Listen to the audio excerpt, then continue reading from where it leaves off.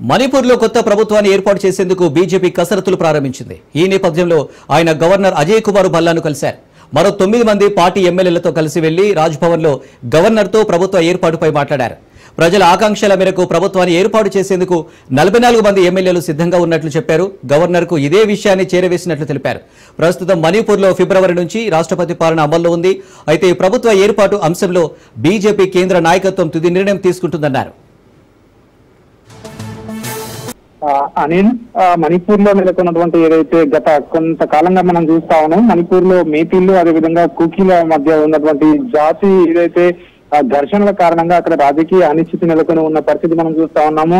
2025 ఫిబ్రవరిలో అప్పుడు ముఖ్యమంత్రి బీరేన్ సింగ్ రాజీనామా చేయడంతో అక్కడ ప్రస్తుతం రాష్ట్రపతి పాలన కొనసాగుతా ఉంది. ఫిబ్రవరి 13వ తేదీ నుంచి కూడా ఈ యొక్క రాష్ట్రపతి పాలన కొనసాగుతా ఉంది. అయితే ఇప్పటికే బీజేపీకి సంబంధించినటువంటి ఎమ్మెల్యేలు కొందరు ఆయనపై విశ్వాసం లేదు అని గతంలోనే అవిశ్వాస తీర్మానం పెట్టడానికి కూడా మనం చూసాము. అదేవిధంగా ఇప్పుడు తాజాగా ఈరోజు 10 మంది ఎమ్మెల్యేలు కూడా గవర్నర్ ను కలవడం జరిగింది. ప్రభుత్వ ఏర్పాటుకు అనుమతి ఇవ్వాలని చెప్పి కూడా గవర్నర్ అయితే కోరిన పరిస్థితి మనం చూస్తా ఉన్నాం. ఇంఫాల్లోని రాజ్భవన్ లో గవర్నర్ అజయ్ భల్లాను కలిసి రాష్ట్రంలో ప్రభుత్వాన్ని ఏర్పాటు చేయడానికి అవకాశం ఇవ్వాలని చెప్పి కూడా బీజేపీకి చెందినటువంటి ఎమ్మెల్యేలు అంటే ఎన్డీఏ ప్రభుత్వాన్ని ఏర్పాటు చేస్తాము అని చెప్పేసి కూడా గవర్నర్ ను కలవడం జరిగింది.